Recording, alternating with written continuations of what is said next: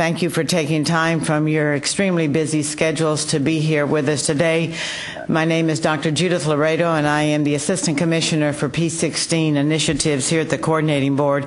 Before I turn it over to the Commissioner, I just wanted to make an announcement. First of all, I want to apologize for the configuration, but you know, since we have redesigned the boardroom, because we are telecasting to deans who could not be here with us today, we couldn't reconfigure so you could have a more, cozy environment, and it didn't appear like we were up here talking to you. So this is why we have had to set up in this situation.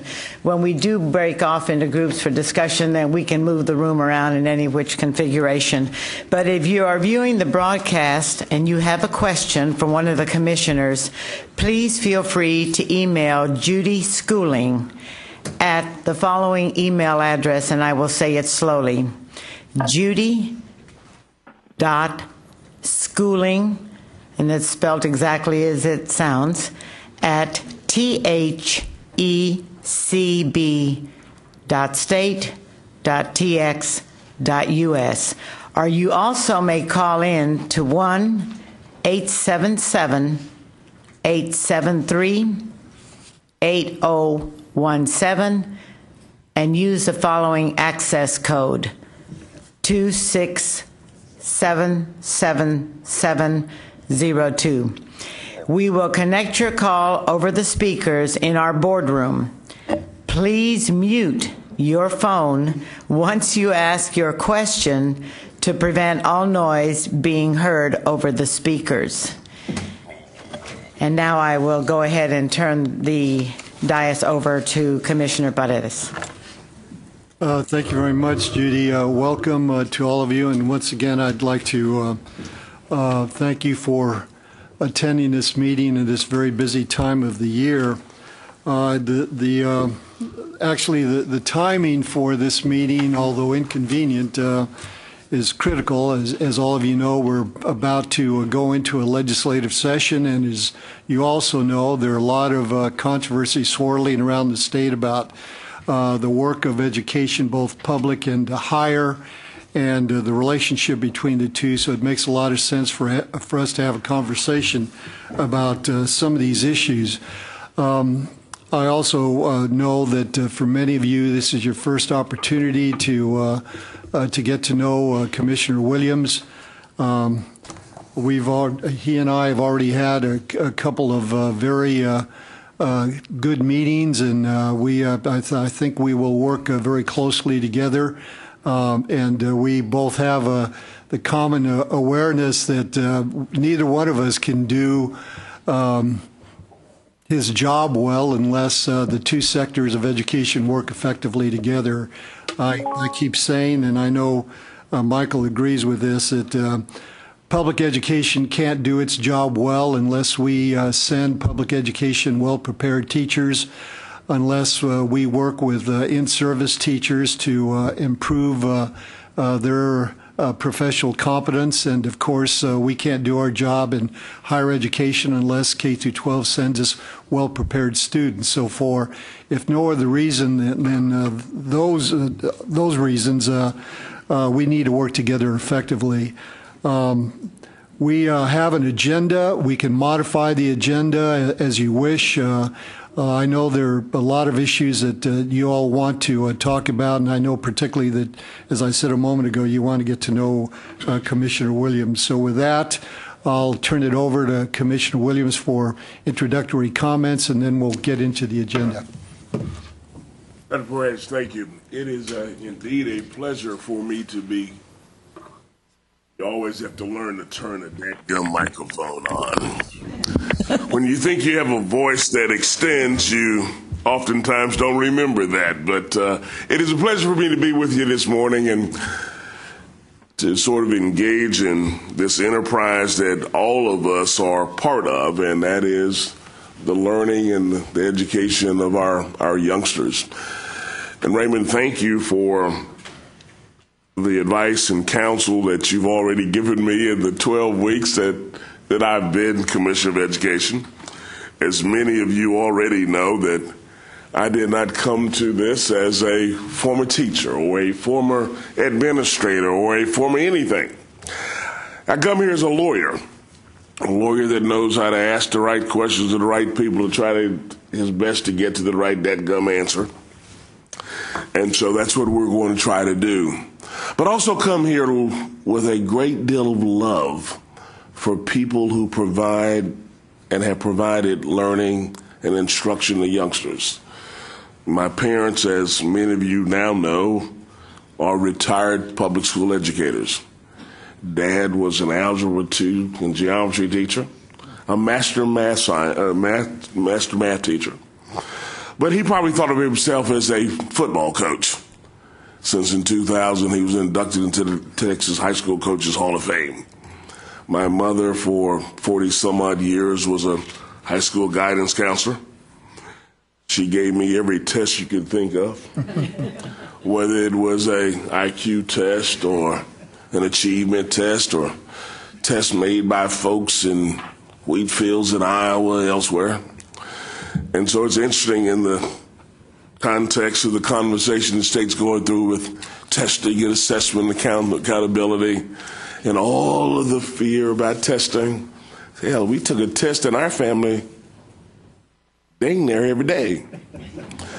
And with Dad being a football coach, I know we took a test every Friday night because that's what football coaches do. But, you know, as we go from here and talk about what we have to do with the nearly 5 million youngsters that we have, there's not a person in this room that doesn't recognize that as it relates to what happens in the classroom, there's nobody and there's nothing more important than the instructor that's standing in front of those youngsters. So what I'm going to do is, as we go forward in the next few minutes of this morning, is attend to the notion, and I'm going to sort of paraphrase it, that something sort of in the Bible that says, "Blessed is the man who has little to say and who refrains from saying it." I would much prefer, Dr. Paredes, you and I who graduated, who sort of educated in California, now we're here in Texas, to do more listening than talking and see if I can listen from you and learn from you and see if we can listen and learn and incorporate it and go back to TEA and utilize that in some fashion for the betterment of those nearly 5 million kids that are entrusted to us. And all questions that you have, you turn them over to Janice. Okay, let's go from there. Take care. You guys got some funky chairs in this place. There we go. Okay. Yeah. Thank you, Commissioner Williams. My name is Jarrell Booker. Just a brief on me. I've been here about now 37 days. So in my 37 days, I've learned to get out of the way and make sure that the boss is happy.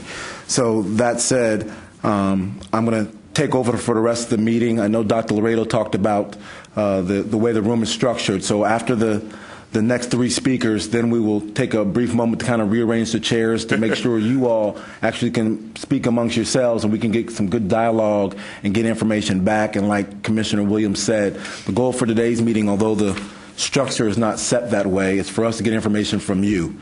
It's not sit and get from us. It's for us sit and get from you. And I'm going to have to walk the room and make sure we get information from each of you so we can kind of take the next steps from that and get a good group of people following this meeting to help drive the ship and drive the direction we're trying to go to help improve education here in the state. I'm going to take this moment to turn it over to John Fitzpatrick. He is the Executive Director of Educate Texas, and he's going to talk about the Texas Teaching Commission. John? Good morning.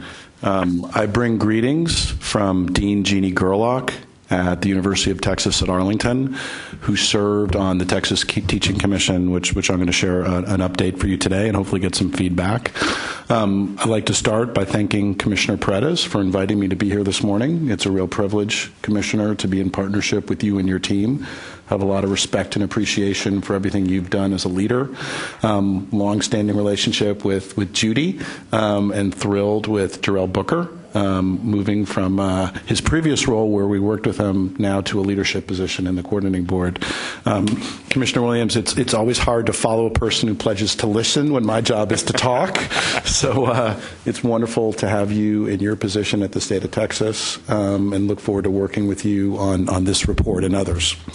So one of our colleagues is going to hand out 2 documents to the audience. One is this colorful one that's kind of an overview of the Texas Teaching Commission.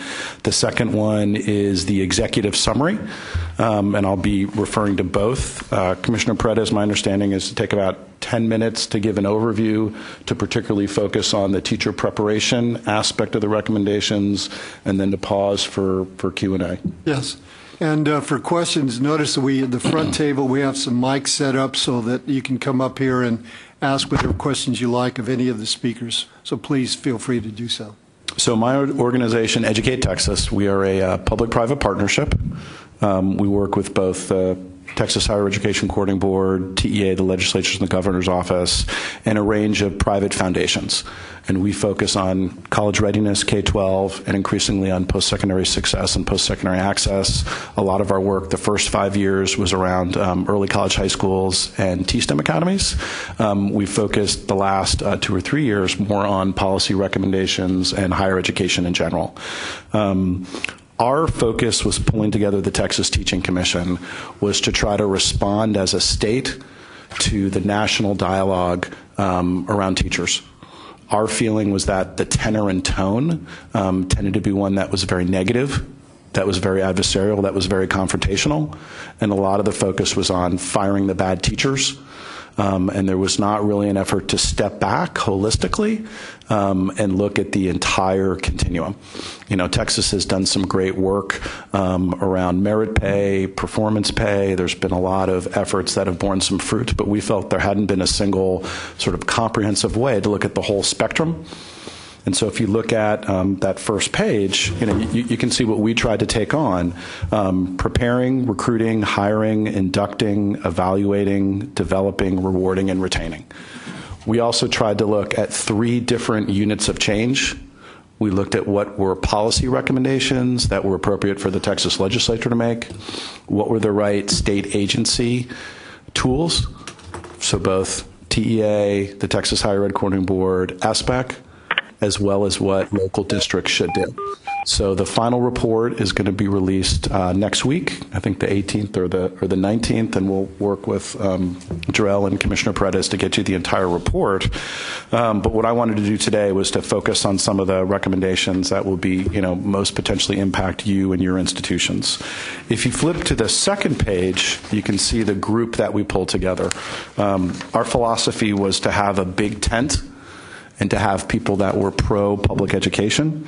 So in addition to Dr. Jeannie Gerlach as our College of Education representative, we had representatives from school districts, from Teach for America, from the 4 teacher organizations, from business.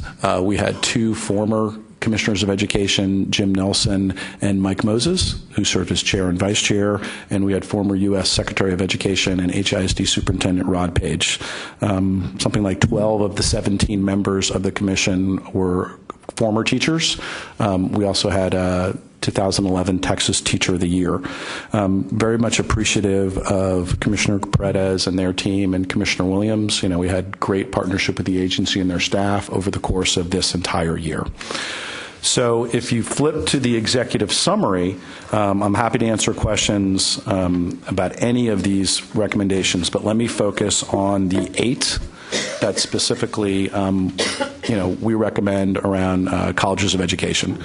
The first one is there was a lot of good work done by the Texas Education Agency and the Texas Higher Ed and Coordinating Board over the last few years about developing an accountability system for teacher preparation programs. And the initial work was done by Dr. Cynthia Osborne at the University of Texas LBJ School. I now believe is being carried on by AIR, and I would defer to our friends at the agency if there's questions about the update, but we think there's been a lot of good work done, and we think that should be maintained. The second is to increase the standards for alternative certification programs.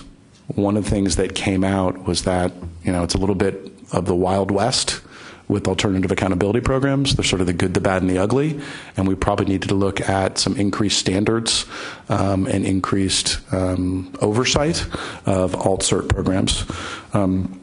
The third recommendation, part of what we did with this commission is we tried to look at best practices in Texas as well as best practices from around the country. Two programs that really impressed us were the teacher residency programs in Boston and Chicago. Both of them have, almost a medical sort of clinical rotation model. They're not inexpensive. There's a pretty significant cost for both the students and the sponsoring organization. But, we thought it was really best in class, and we recommend some version of that model be brought to Texas. The fourth recommendation in the state agency bucket is for the Texas Education Agency, SBEC, and the coordinating board to develop standards, which right now do not exist as a state for both teacher prep programs, traditional, College of Ed, as well as alternative certification. The fifth recommendation actually came from some work that Dean Gerlach had done in Arlington, was about more concrete partnerships between colleges of education and local school districts. Dean Gerlach has a council of superintendents, and there's a direct feedback loop about the quality and sort of appropriate training that the graduates that are going into the teaching profession from the UT Arlington program, the direct feedback from the school districts. We didn't get into the specifics about what that would look like, but recommend those partnerships. The sixth recommendation was for teacher preparation programs to have clear standards and more specific deliverables around exposing their aspiring teachers to English language learners and the requirements of those students, as well as special ed students. The seventh recommendation, get my glasses because I'm having a hard time reading it.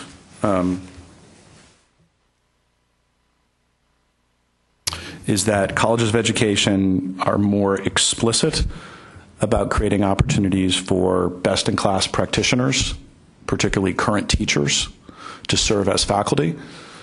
So you don't have someone who's 20, 30 years removed from the classroom. You have a higher percentage of people that are either current teachers or have been closer to the actual classroom. The last program, again, like the teacher residency, will certainly be tagged with a fiscal note, but that's okay. It's the right thing to do, is to fund a loan forgiveness program for teachers to help repay their college loans that choose to go into either high-need schools, which we would need to define, but just in the current accountability system, it would be, schools that were, rated AU, high-need subjects, which right now in the state of Texas are most math, most science, bilingual education, and there may be some other things that the agencies would want to specify, but essentially a loan forgiveness program for teachers that choose to go into some of these high-need, hard-to-fill positions. So the report is going to be released next week. Again, there'll be three parts of the recommendation. There'll be recommendations for the Texas legislature, and we've been meeting, over the last year. The two ex officio members of the two committees are no longer there. Senator Shapiro and Chairman Eisler, so we're kind of starting fresh with those legislative committees, but we've had a favorable response so far. The second bucket of recommendations will be for the state agencies, and we defer to the commissioners and their teams for them to take a look at those and assess them. Then we'll also have recommendations directly for school districts. From my perspective, this is a process, not an event. Our goal with this initiative was to honor the teaching profession and to really look at what do we need to do over the next 5 to 20 years, particularly as we have so many teachers that are going to retire as part of the baby boom sort of cliff, like in many professions? And how do we create a process, that looks holistically across our state so we can honor and support current teachers as well as create more effective on-ramps for future aspiring teachers to enter the profession? So there's other recommendations I could highlight from the other parts of the report, but let me, in sort of honor of the commissioners listening rather than talking, pause there and open it up for questions or clarifications.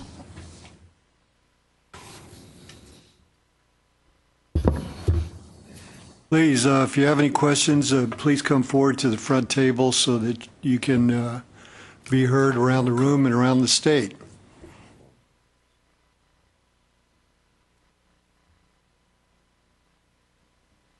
All right. Okay, well, let's move on.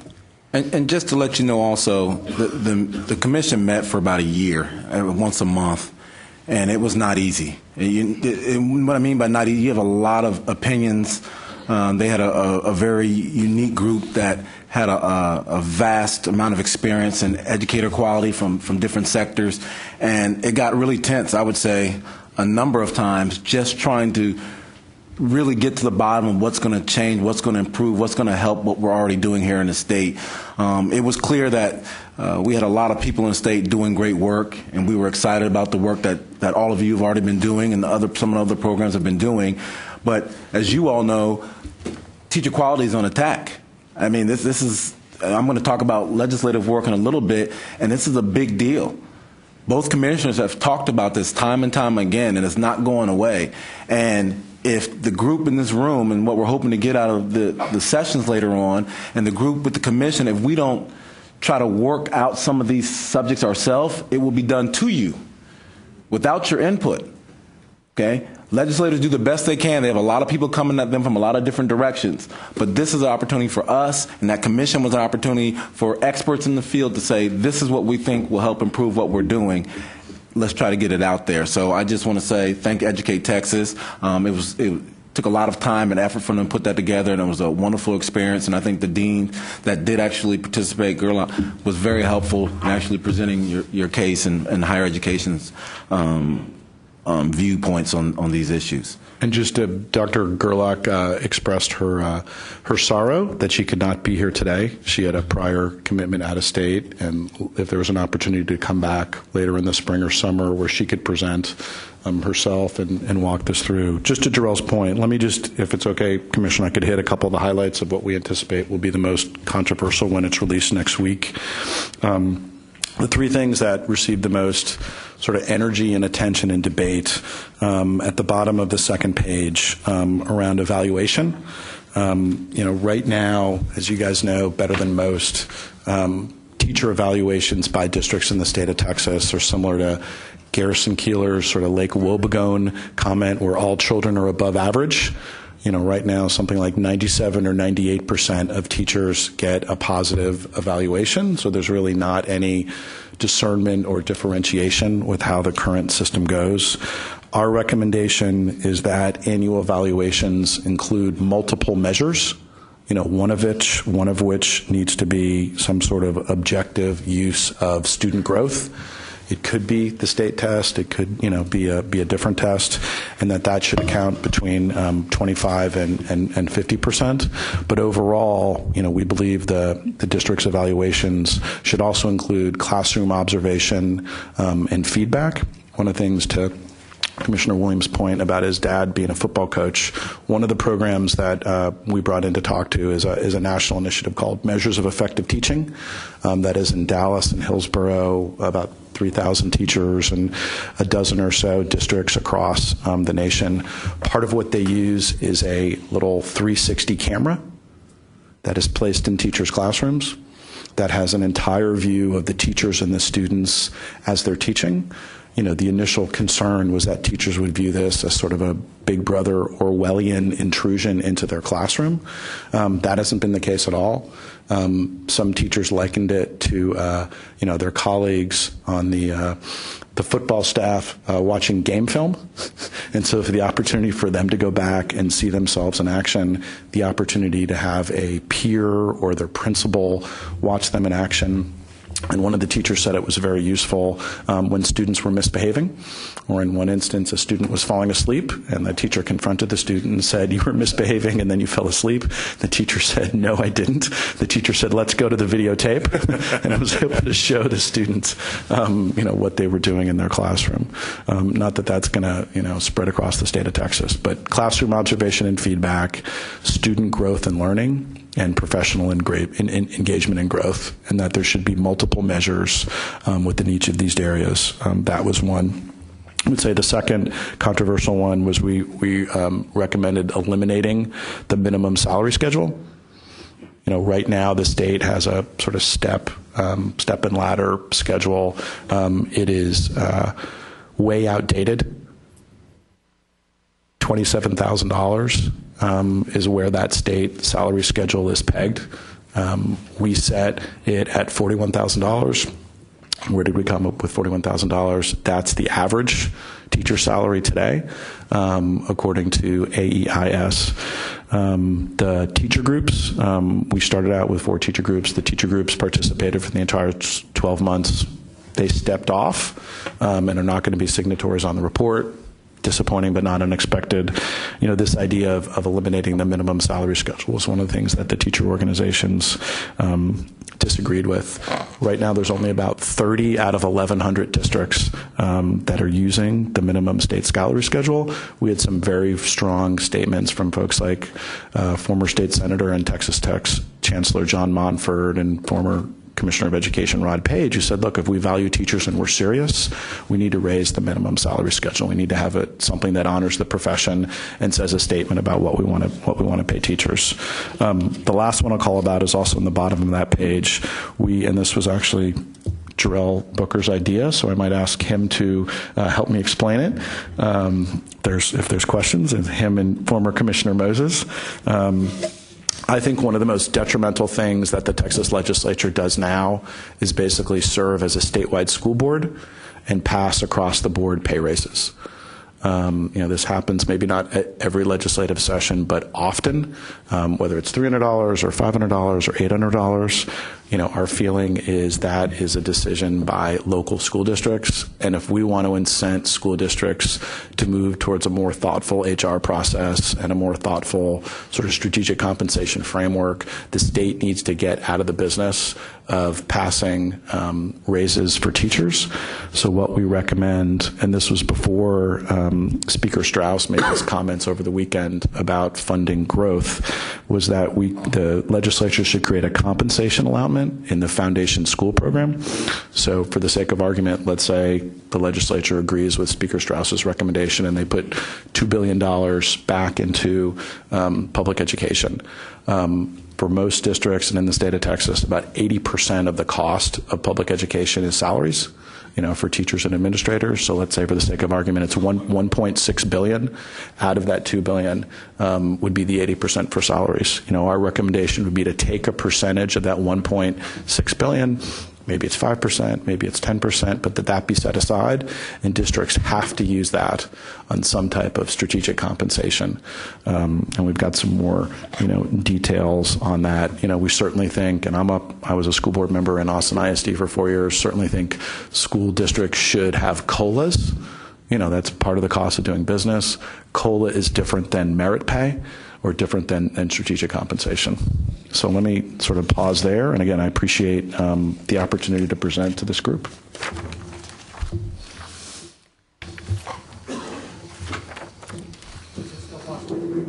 Oh, please, Please come up to the mic.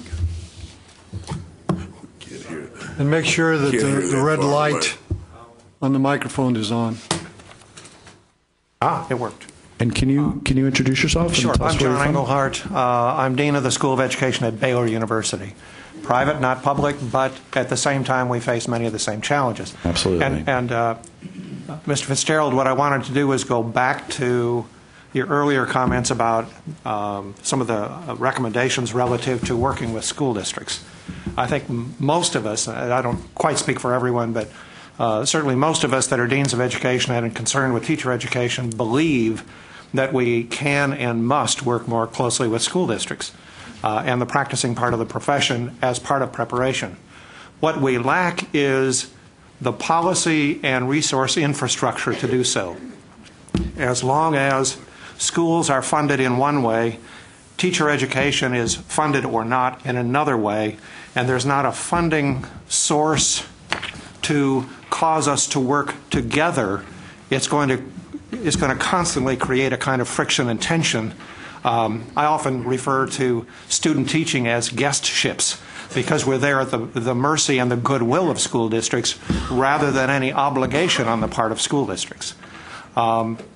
We also lack a specialized kind of status, for example, in school districts where teachers have specific roles, where they're defined as roles to work with the preparation of those who come from behind. So I could go on for quite a long time. At Baylor, because we're private, we actually invest $250,000 every year in working with schools. That comes to about $2,000 per year for each of our students that we work through the program. That's a pretty hefty investment if you think of it on a statewide basis. But if you think about how we're going to get this connection better, there needs to be not just a stream of thinking that says schools over here and university or alternative teacher preparation over here. There has to be something that helps those two streams come together. Partly a resource engine, partly a policy-driven arrangement. We've toyed with notions, for example, of part-hiring teachers with a different kind of status in the school system. But that's awkward for the school districts to think about as well. And so if I can make any kind of argument to sort of help as you think further about legislation, it's to begin to create the capability of our working together, school districts and schools of education, to create people that their job is to work together. So I think that's a fantastic suggestion. It's more, I think, provocative and specific than some of the stuff that we came up with. I'll just say personally, as we were hearing from the folks at the Boston teacher residency, it really struck me, how much closer it is to a medical model, right? Where you do have those specific, discernments, between the different levels of people that are working in a hospital, and you've got very clear sort of on-ramps and periods of time and levels that you pass. I think, again, I don't think this is going to be one sort of fix in 2013. I think it's going to be multiple sessions. I love your ideas. I was really struck with the disconnect, between supply and demand, and how it's almost accidental, right, if it's a good fit. And there is such a gap, and I don't know if you find this in Baylor, but a lot of what we heard from some of the folks that Dr. Gerlach brought in is, most colleges of education have a pretty good sense of where their graduates go to teach, and it doesn't change dramatically from year to year. And so setting up these type of specific partnerships with the half a dozen or a dozen school districts, in the geographic catchment basin, would serve them long term. I would defer to others on the dais for any feedback or response. What we need is what you're saying is essentially educational preceptors. Yeah. In the medical profession, preceptor works in a hospital, but their obligation, their job is working with and that's clearly is the idea that I was putting forth. Well, it's interesting that the folks at TEA and SBEC had come up with the rules where all the ed preps, as many of you know, are required to have this sort of board and committee and meet with your network with the school districts, and that's your bread and butter. But it's not the school district's bread and butter, so it becomes an afterthought for them. And oh yeah, go meet with their prep program, when you would think it would be one of the top 2 or 3 things they'd want to do. And then it gets even harder when the larger ones have their own ed prep programs. Right. And then that becomes, you start to fall off the list when most of your students may go to those larger ones. So that's something we could definitely consider and at least start to discuss. Excellent idea. You read it perfectly. If I might add, as we talk about the standards and the retooling of teachers, we also forget that there needs to be a retooling of administrators.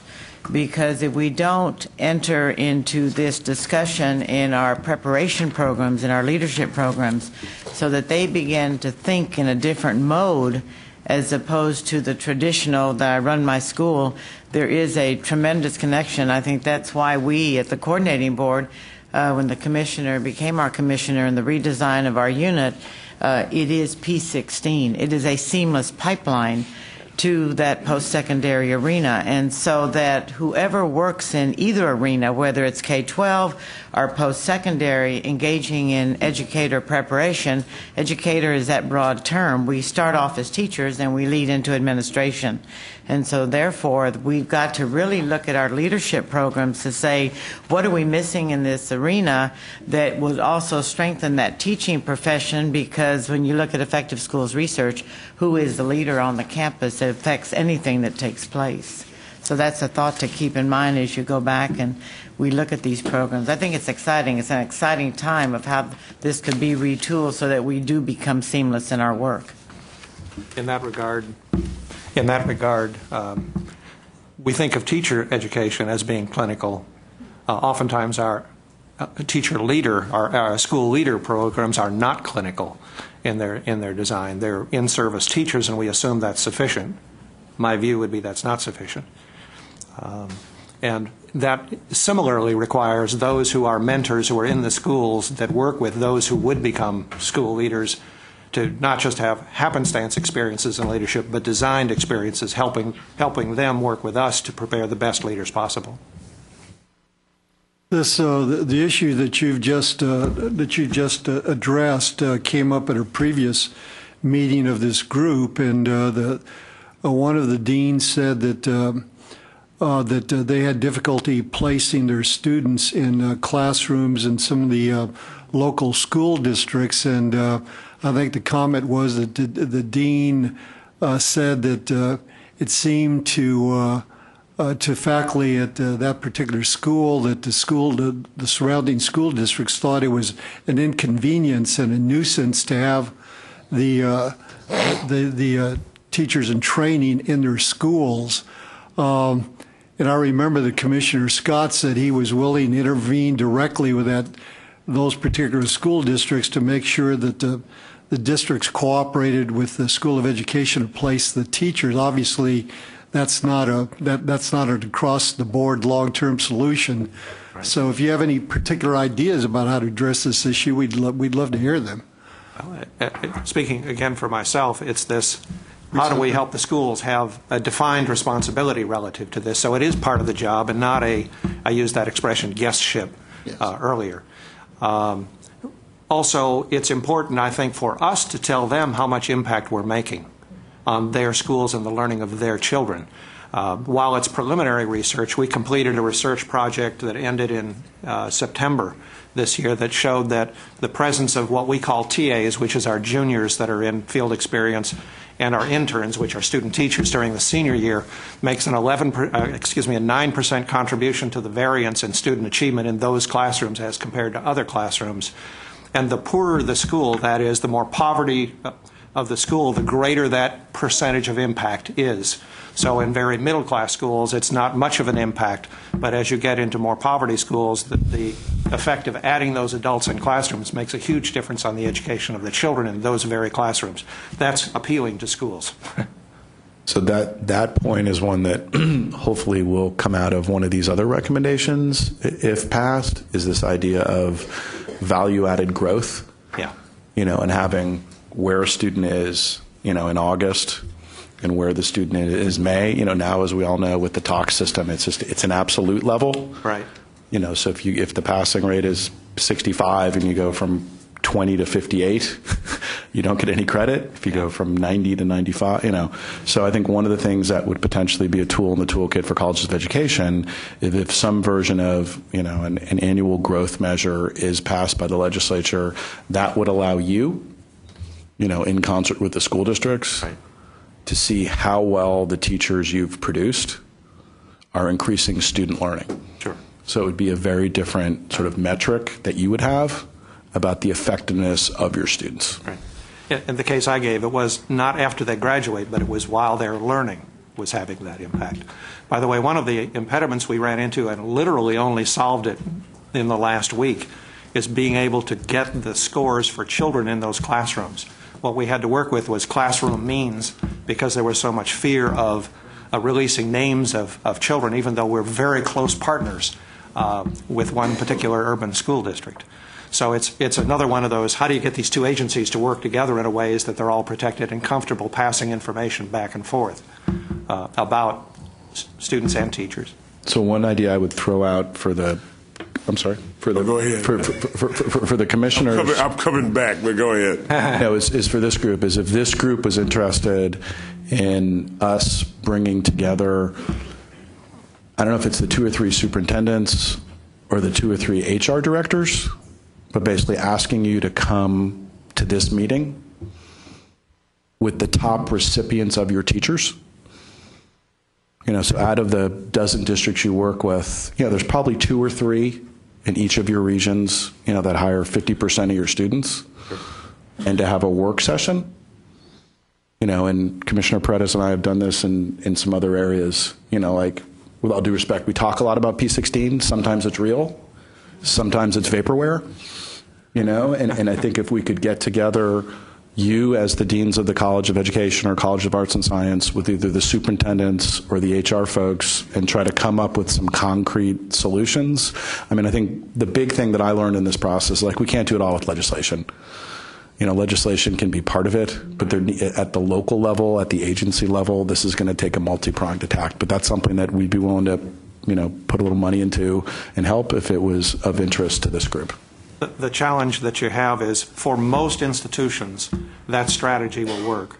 There are a few of us that you could think of. If you think University of Texas, probably Texas State, University of Houston, the big institutions, we send our graduates to almost equally split between Dallas, Fort Worth, San Antonio, Austin, and Houston. We graduate very few in our local area. They contribute to the local area in training, but they're not employed there. And of course, in those big areas, they're not spread into any single school district. So there's maybe a mix of strategies would be helpful for what you're trying to do there. Thank you. Thank you. Just before I turn it over, I guess, to Dr. Lopez, I think Commissioner Williams has deferred to Dr. Lopez for the next piece. I did want to acknowledge Dr. Stevenson, our Assistant Commissioner here at the Higher Education Commission. It's here at the Coordinating Board, you brought up the research, and that amount of information is very helpful to actually drive our practice. And Dr. Stevenson kind of runs that division for us, so we're happy he's here to hear what we have going on.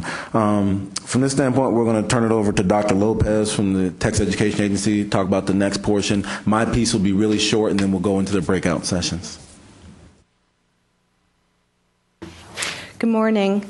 I just wanted to give a short overview of a couple things that the agency is doing as far as accountability, and also a little bit of information about the initiatives that we're working on. We're actually taking a step back and looking at how we can create a foundation and for ed prep programs and for educators, and for what they mentioned earlier, administrators in schools. We're stepping back because we have never actually come together and developed educator preparation program standards before. And what we found is that because we've not done that, we haven't been able to really implement a systemic view of what we need to do in Texas. And so the fact that right now, if you follow the SBEC agenda, you'd probably know that many of the different Texas Administrative Code rules, which govern educator preparation programs and accountability, have been opened. We haven't done anything with those rules yet. And that's real unusual for the agency because we're on a 4-year review, and usually we would be creating those rules, having stakeholder meetings, and taking the rule to the board and listening to people as they give testimony about the rules. But instead, with new leadership in place, we're stepping back and saying, we need to build a foundation, not just for ed prep programs, but what are the educator standards? And John was talking about it earlier, the standards. We don't have any, we have draft educator standards right now that would drive an educator appraisal. We don't connect those with educator preparation programs right now. And we also are just now developing principal standards and a principal appraisal system. So the fact that these initiatives are all connected, we can't actually begin development of these different pieces without looking more systemically at the foundation of what an educator preparation program needs to do to help students achieve in schools. So just as an update, we did have a stakeholder meeting about a month ago, and the first stages of developing an educator preparation program standards. And I have to say it was a pretty amazing stakeholder meeting. It turns out that about an hour before we adjourned, I got out of the way and let people actually take over and develop what it is that they felt needed to be done. And it turned out to be the most amazing process, and we are going to move forward with that. We had another stakeholder meeting to actually look at those core standards of an educator preparation program, and they verified that they felt that those standards were those core standards, not the indicators of what an educator preparation program needs to be, but just validated that they felt like those were the good core ideas to move forward with.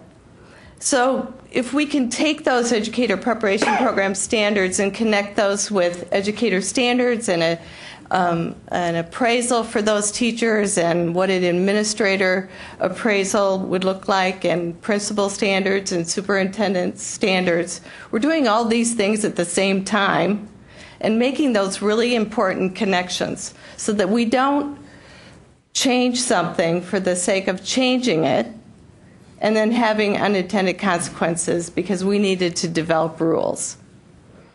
So we've really stepped back as an agency. It's not going to be something that will happen overnight. We know that, but we're willing to go to the place that we need to go, and that is to build the foundation for change in the state. And the Teaching Commission actually did outline that in the report that, in fact, we did not have standards for educator preparation programs as a guideline and a foundation for helping kids achieve, and teachers enabling them to do that, to help students achieve.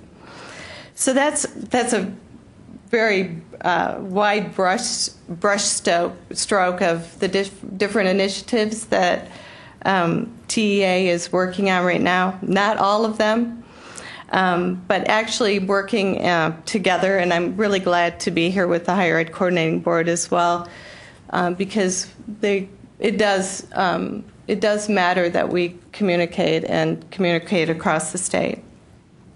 So I'm going to very quickly give you an update on accountability.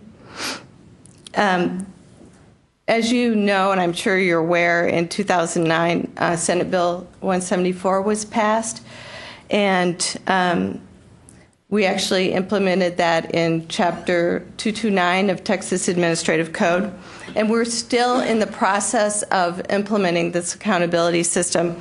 Turns out it's a pretty huge process, and it is a long-term accountability measure, and we're being very thoughtful about how we do this.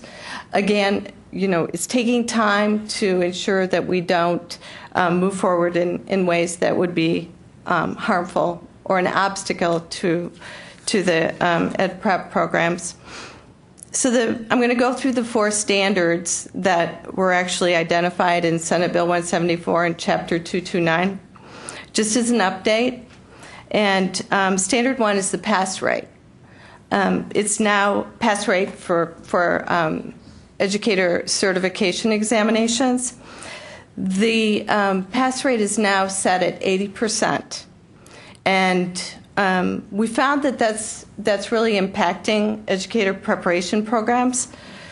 As you know, the accountability ratings and statuses are coming out in February, and there's some issues with the 80%. It's a pretty hard percentage, I guess, because it was 70 and then went to 75, and now it is static at 80%. So we do have quite a few programs that are warned, and we have a couple that are on probation this year.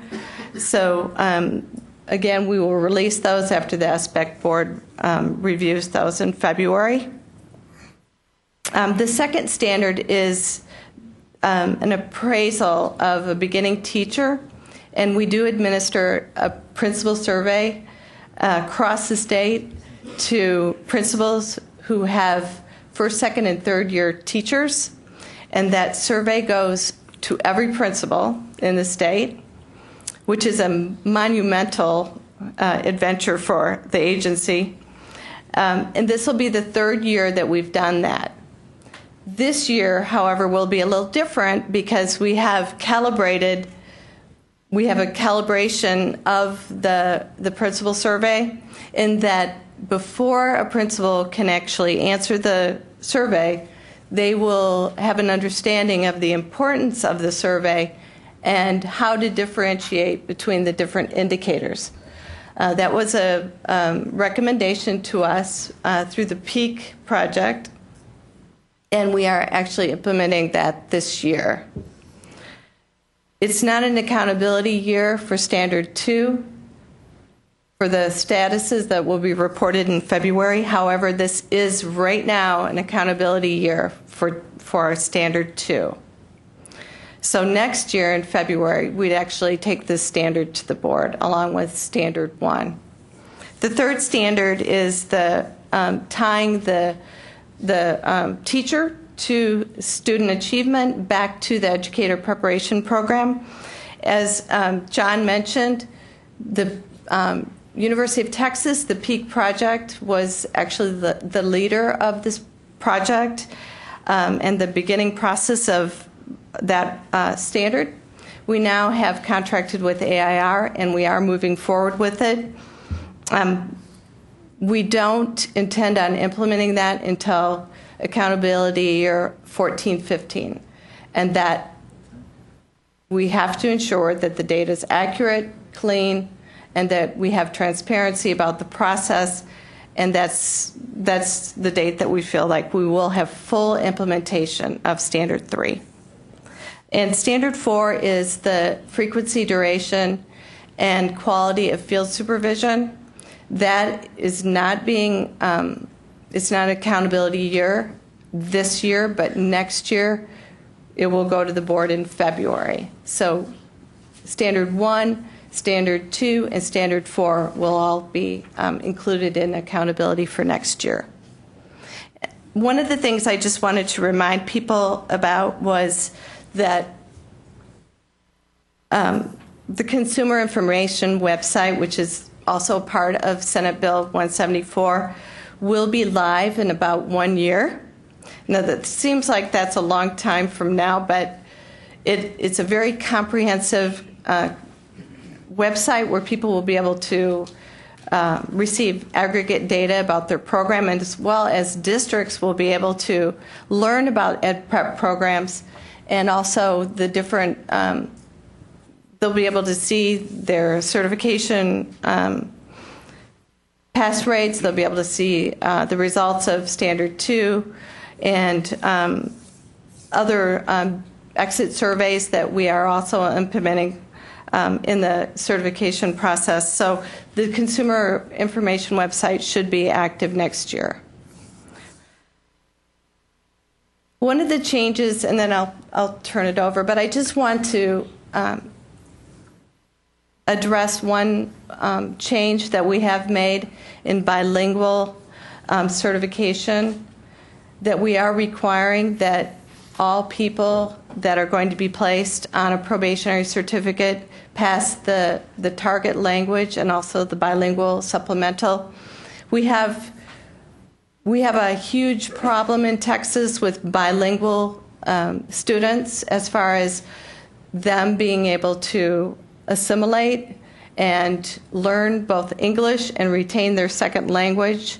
So we want to ensure that if there's a teacher placed in the classroom, that they can help the students both in their target language and in English. So that is a change. Before, we have not required that. So I just want to bring that to your attention, because we really believe that there's a huge dropout of bilingual kids, and we really, really need to get our arms around that and ensure that they can assimilate.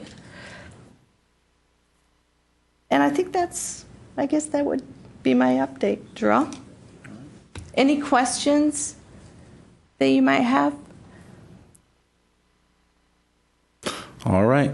Like I said, mine will be quick since I control the agenda and the time. So I'm going to talk really fast, and feel free to stop me or speak to me afterwards if you have any questions. But as far as legislative, just to give you a quick update before it happens, just to note to everyone, this is not set in stone. What I'm saying is what I have seen. As you all know, anything can happen next January. So just from what I can tell reading the tea leaves, it looks like the 83rd is going to have a couple of things. One, you have leadership change.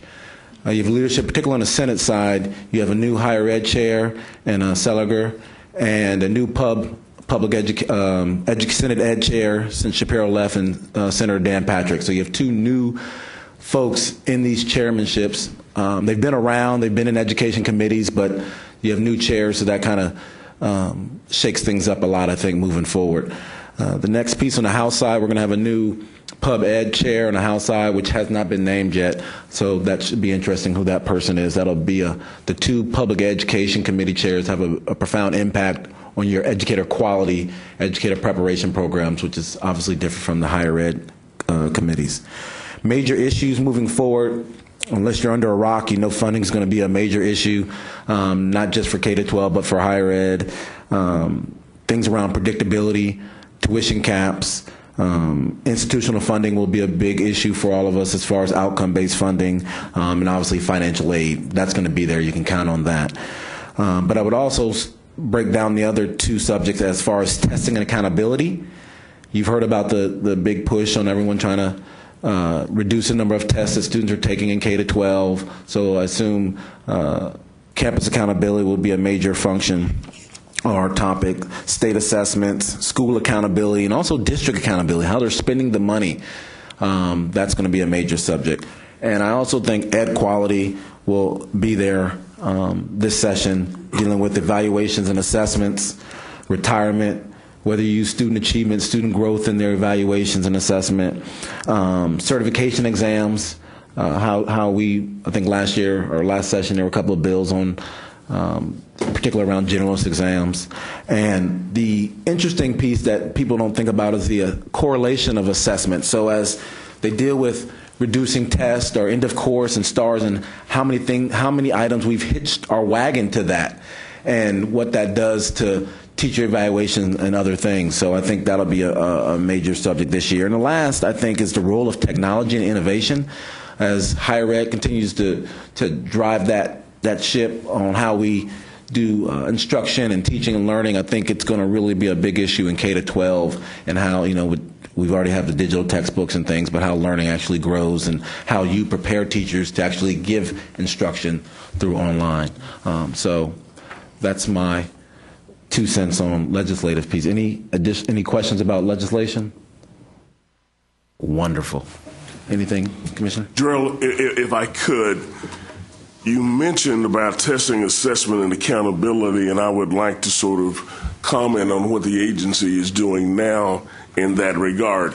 There is no doubt that in the 12 weeks that I have been a Commissioner of Education, there has been a lot of conversation about what we're doing in terms of the testing of our youngsters and the accountability system that we have for campuses and districts.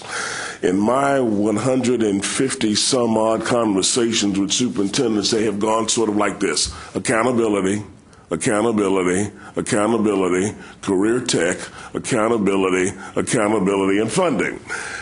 And as it relates to accountability, obviously, I guess last week I sort of waived or found a way to waive the requirement that the end of course exams account for 15% of a student's grades. And so given the legislature an opportunity that when they get here in January 8th, that they can make a determination of whether that's going to be 15%, 5%, or no percent, or whatever. But we've also done some other things. We've said that we've heard from superintendents, we've heard from moms and dads, we've heard from business leaders, and we've heard from students themselves that says that there are 35 different ways for a campus or a district to fail, that they can blow the top off the roof in a number of different areas, but one of their subgroups could fail, and therefore their district is determined to be academically unacceptable, and therefore realtors are mad because everybody now wants to leave the community and nobody wants to come in. And so the staff, and the very, very talented staff at TA, even was working on, even before I got there, on a way to move from a single indicator rating system to one that was an index. And in that index, the design was at least 4 indices. And in that, it would be student achievement. That's the way we've done it. We did it on the TOS, we did it on the TOCS, and it was the sort of way we were going to do it under STAR. But added to that, it's extremely important for us to recognize student growth. When you mentioned what happened between August and May. And third indices, and it's extremely important for us as a state, is how have we closed the achievement gap? We are a state where 60% of the nearly 5 million youngsters we have in public schools, Dr. Paredes, as you know, are economically disadvantaged, and nearly 65% are black and brown. And some folks out there say that this state, because of the darkening of our state, we cannot be as great as we've been in the past. And those of us in this room and outside need to be able to say that's a dadgum lie. So closing the achievement gap is the third variable. And the fourth one is whether we get youngsters post-secondary ready. Are they ready to go to work or go to college? Now, obviously, the devil is in the details. How does the commissioner weigh those four variables? And we will have a conversation with Texans about how we weigh those. But I have said, and I will continue to say, and it will be part of my plan going forward, that closing the performance achieving gap between economically disadvantaged students and their higher income counterparts and our black and brown students and their white and Asian peers in the classroom, closing that gap will be weighed more than the other 3 pieces. Because I've heard so much in 12 weeks about our necessity to provide an opportunity for a youngster to be able to get an industry-approved certificate so that he or she can go to work on the Monday after he or she crosses that stage and shakes a superintendent's hand and gets a high school diploma, that we're going to identify a way to build getting that certificate into that accountability system as well. So I appreciate you mentioning that this is going to be a conversation that the legislature is going to have. I hope that we will have taken some of the pressure out of the balloon by the time they get here on January 8th and have given them a rational construct to start from. I kind of hope that we solved the problem by the time we got there, but that's probably never the case. But hopefully we will have given them at least some construct to start from. Thank you. what we'll do now is we're going to split up in groups to the best of our ability in this room, and this is something I've been wanting to do all my life, even when I was a middle school teacher. Is I've always wanted to go back to the professors and deans and say this: did you all do your homework? Did everyone get the reflection sheet that we sent out in advance? For those shaking your head, you have to check your syllabus and have to go online. You should know these things. But all jokes aside, there's information that we handed when you also walked in. It's a chart that you should have had when you came in. If not, we can provide it for you. What I'm hoping we can do in the groups is kind of break up in groups of 6.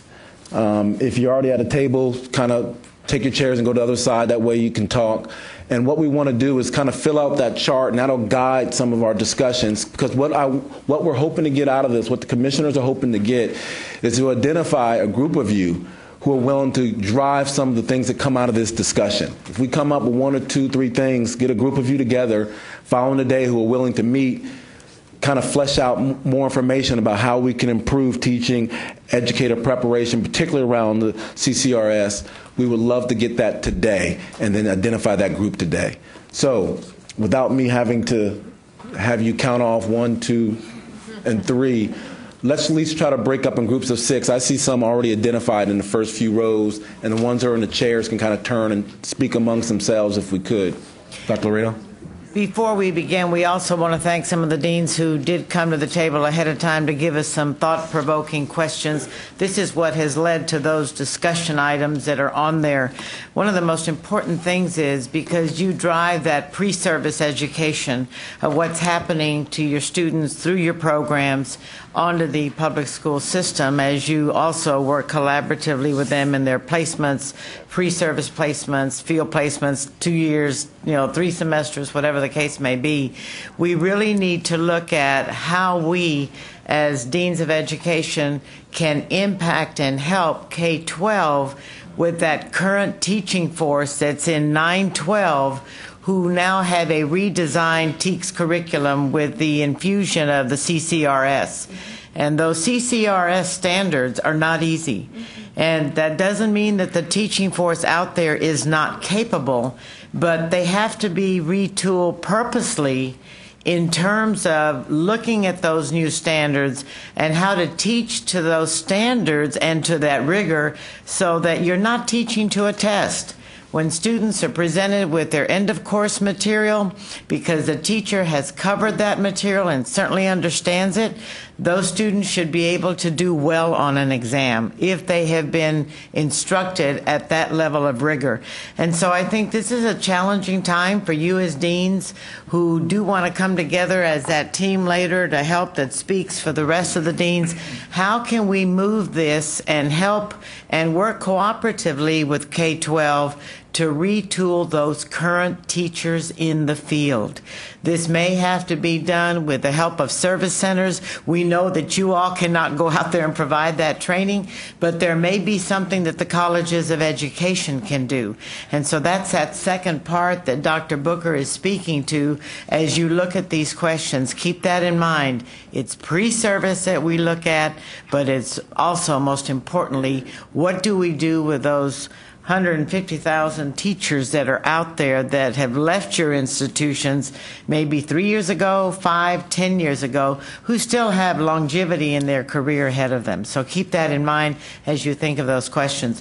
What we will do is have some discussion after, isn't that correct? Yeah. With points, and then we will take this and transcribe this, make some sense of how we can categorize it to get it back out to you so that everybody has that information, and then we can move from there.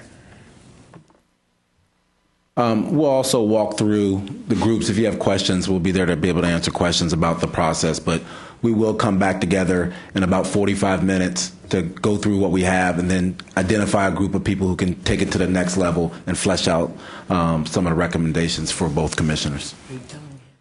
And we will have lunch, so you don't have to slip out to get it. Lunch will be served. So we'll break out. After we do this part, lunch will be served, and we'll talk about it while we're eating lunch. Thank you.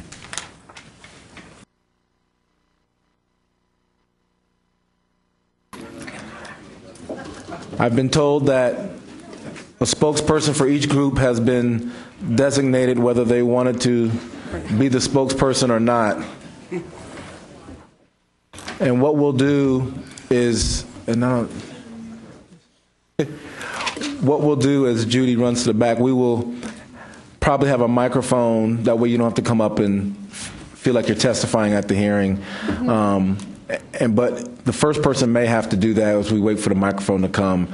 And what we're hoping you can do is kind of go through in a short, concise manner and identify a couple of key points you came up with in your group that came from the chart. You don't have to do all 6, but if you could identify maybe 3 items that you really focused on. If there's only one, then have that discussion and let us know what your group came up with. This is what our group discussed. This is what we think will make an impact on improving teaching on the Ed Prep programs. Now, outside of me picking the first group, does anyone want to speak first? Oh, look at that. Wonderful. Get it over with. Thank you. Our group spent some time talking about all these areas. What focus on outcomes of teacher preparation programs are most valid? Retention over a 5-year period, we thought that was an indicator that should be there. Of course, 174 and the 4 elements of accountability. We also thought that production was an element in terms of meeting the supply and demand in the particular area that your program is located, especially if we get some help with supply and demand reports so that we actually know what is it that we need. Some of us belong to CREATE, and we do get some supply and demand information, but it probably is official would help. And the second area, essential student qualities or characteristics, obviously academic achievement is one of those. We also spent some time talking about dispositions and looking at dispositions of teachers across time, from before entry to entry into the program, behaviorally oriented characteristics of what a good teacher is, and using those. And the important element there is to make sure that the students know the target, the faculty know the target, and the public schools know the target and have some input into that. In terms of how are you seeing educators pre-service and service in your community network to teach the rigor of CCRS, it's very challenging, we think, to look at that. We know that the STAR tests have incorporated that. Some programs may not know what that incorporation is and to its fullest extent. We know that we have to use the cross-disciplinary standards. That sometimes is left out of the conversation because it's at the back of the book instead of at the front of the book. And we know that we need to have cross-disciplinary discussions at our university and with our public school partners. How can educator preparation programs be redesigned to prepare pre-service teachers to teach the rigor of the CCRS? Part of the problem we identified were the caps that were put on educator preparation and the caps that were put on degrees. There are of course, we talked about more one of the ways we might solve some of the STEM initiative problems is look at more interdisciplinary degrees. How can College of Education, College of Arts and Science help address professional learning for in-service teachers? We think that the current faculty collaboratives that are currently under the CCRS from the Higher Ed Coordinating Board, those ought to be refunded because they provide a valuable assistance to faculty about the integration of CCRS into the public school curriculum. We think that collaboration is the essential there. We have to be able to dialogue with our partners, to identify the teachers, to customize the delivery, put it online, have some incentive or credit for those teachers that need help. Identify current teacher preparation policies that have a negative impact on teacher quality. 18 hours and 120 hours, we said that already. There are some real barriers in relation to preparing special ed teachers in terms, especially in terms of secondary teachers, with the 18-hour limit in terms of their preparation. We have a math teacher. In terms of mathematics, they have to hold the math degree. Then they have to add the special ed certificate to that. So we have some logistical problems there for special ed, ELL, and then one other thing is we know that we need to look at technology integration as well. Very good. Thank you. I have a question, and maybe this is something that the subsequent groups can talk about. I've been very impressed by two books that I've read recently. The first, although it's flawed with some of it seems to me with some of the political rhetoric, Paul Kelly's book Making Minds. I don't know how many people have read this book, but Kelly was a featured speaker at this last summer's meeting of the Education Commission of the States, and he talks about how we need to reinvent teacher preparation in a manner consistent with what we know about cognitive development. The second book that is making a big splash nationally, which I'm sure all of you have heard of, is Paul Tough's book, How Children Succeed, and it notes the importance of the so-called soft skills, non-cognitive skills, middle-class values, knowing how success is tied to a child's familiarity with middle-class values, that unless children also receive instruction or help with those kinds of soft skills, that children can't be successful however well they've mastered the academic curriculum. So I'd be very interested to hear from any speakers or any group leaders about how you propose or whether you intend to address those kinds of issues, soft skills and what we know about how children learn the so-called learning sciences, and whether we do an adequate job of informing pre-service teachers or in-service teachers about these kinds of skills.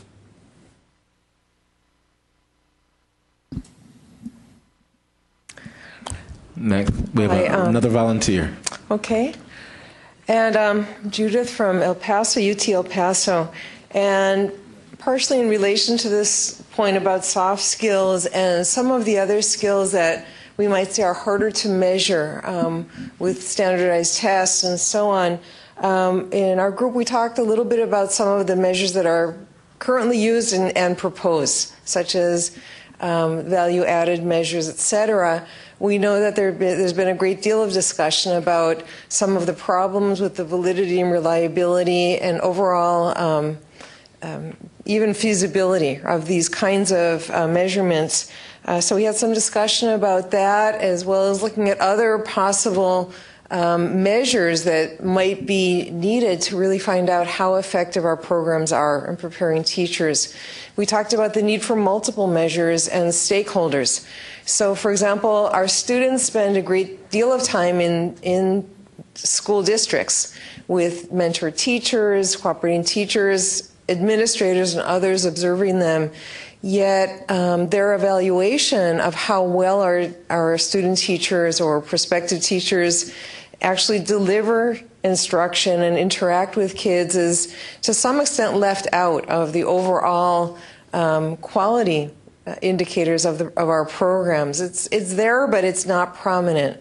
So maybe thinking about ways that we can engage other voices in the assessment of our programs at every level, in developing policies as well as assessing the quality of our students. We talked about some of the programs that have been really positive in terms of learning how to teach to the rigor of the college and career readiness standards. The coordinating board, for example, has instituted a number of programs. I think some of them have been short-lived, and we hope that they'll be continued. One of the programs that we've been engaged in El Paso has been the high school summer bridge program. It's been very effective. This brings high school students who are interested in becoming teachers, some of them. Some of them are not quite at the college readiness prescribed levels, but these students spend a summer on a college campus. They are connected with peer leaders, college students who are like themselves from their same community with many of the same characteristics and who are now in college. They learn leadership skills. They learn a number of things that help them become effective in their own journey that probably wouldn't have been able to learn by staying in a high school summer remediation class or other kinds of, efforts that have been put in place in previous years. So we think very highly of those kinds of programs. They've been effective in our community, and they've brought they've provided opportunities for faculty and student leaders from liberal arts, from science, from education, also to work together to promote that pipeline, that P16 or even P20 pipeline. Another program that's been successful at UTEP has kind of built on the idea of promoting induction of beginning teachers. So when our students complete our programs and are certified, as has been mentioned today, a lot of them stay in our local community, although more and more of them are being hired across the state and across the nation because they are highly qualified bilingual teachers. Many of them are highly qualified bilingual teachers. But we work closely with a number of our regional school districts, 8 to 10 of those school districts, in a program about induction that was instituted through our dean, Dr. Tinajero, the El Paso Regional Induction Consortium. There is no infrastructure. I think Dr. Engelhardt and others have spoken about the importance of having policy and infrastructure in place to support those kinds of partnerships. But regardless of not having it, these school districts meet with us. They meet with our dean. They meet with our UTEP faculty, students, and staff on a monthly basis and put together a number of workshops, for example, to help beginning teachers. One of the programs that we have is the Center for Teaching and Learning History, for example. So some beginning school teachers have the opportunity to learn from history professors or graduate students, doctoral students, about some of the content areas where they might need some support and where the university can play an important role for them. So that's also been very positive. We talked a little bit about native language proficiency with the BTPLT, the Bilingual Target Language Proficiency Test that bilingual teachers are required to take. A number of new standards, important standards. Janice talked about that, the importance of these teachers being able to help students acquire proficiency, academic proficiency in their native language is great, but the 120 hours that's currently required that's currently the cap, for those undergraduate students, does make it difficult. A number of our outstanding future bilingual teachers need either a little bit of support, perhaps another course, perhaps some kind of an add-on to their degree plan, because bilingual target language academic proficiency isn't something that all of our students, that all future teachers of ELLs have as they go into the program.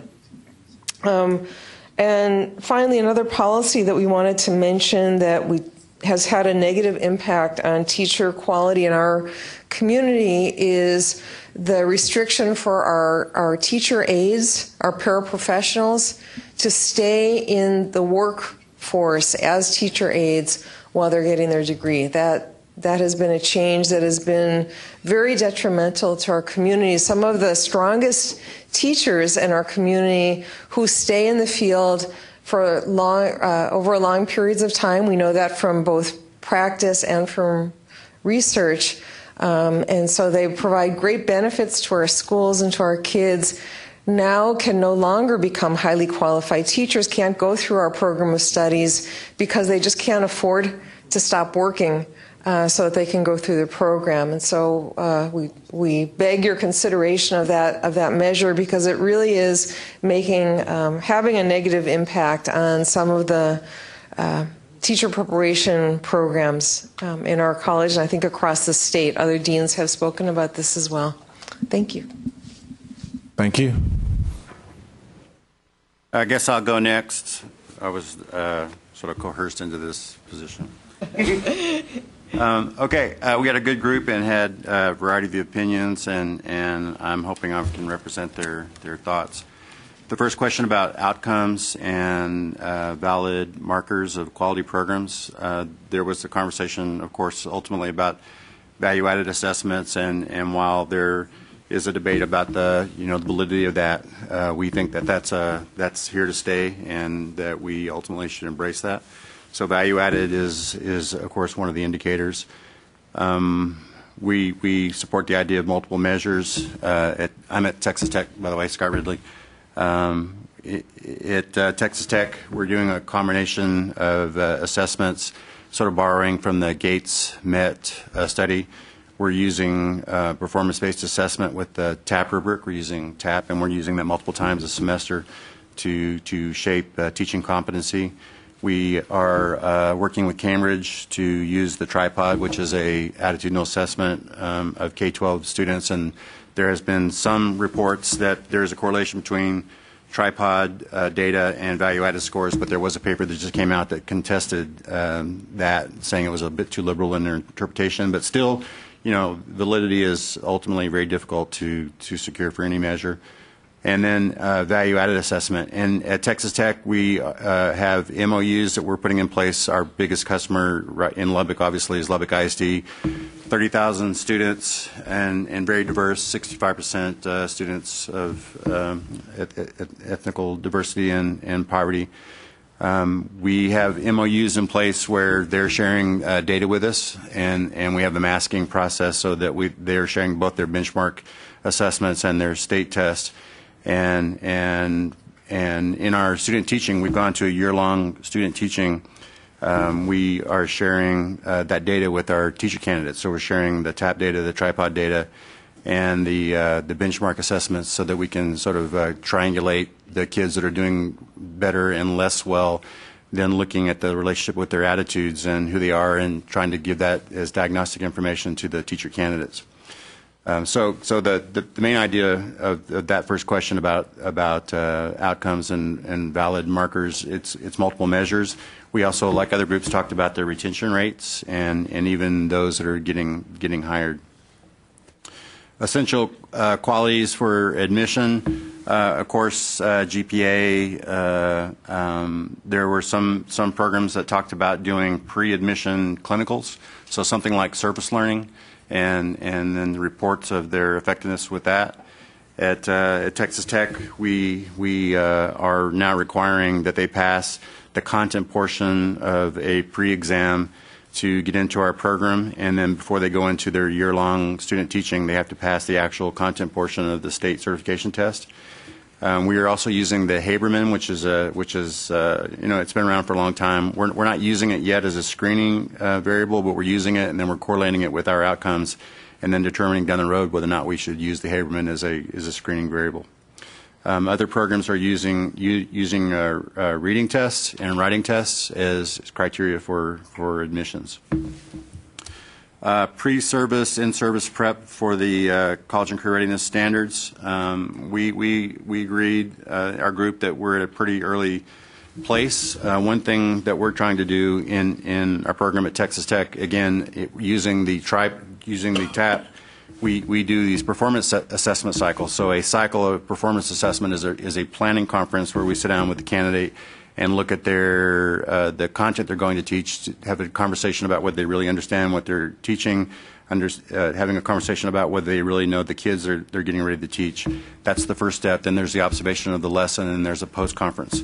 So it's one way to begin to talk about their understanding of the cross-disciplinary standards and higher order thinking. In some of the district work that we've seen, of course, with the C-scope IFDs, there's a focus on higher order interpretation.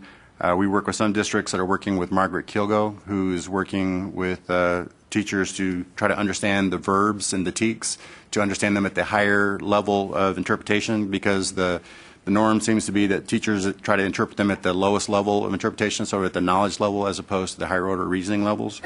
And so that's going on, and there's also some professional development on teaching at the conceptual level.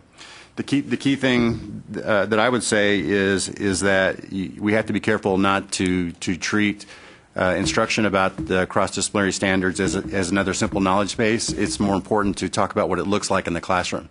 So again, that goes back to the TAP rubric and talking about the thinking, problem solving, and the questioning indicators and what that actually looks like in practice. If you just treat it as a knowledge base, then it's just that much more information that goes in one ear and out the other. You have to really move to the practice.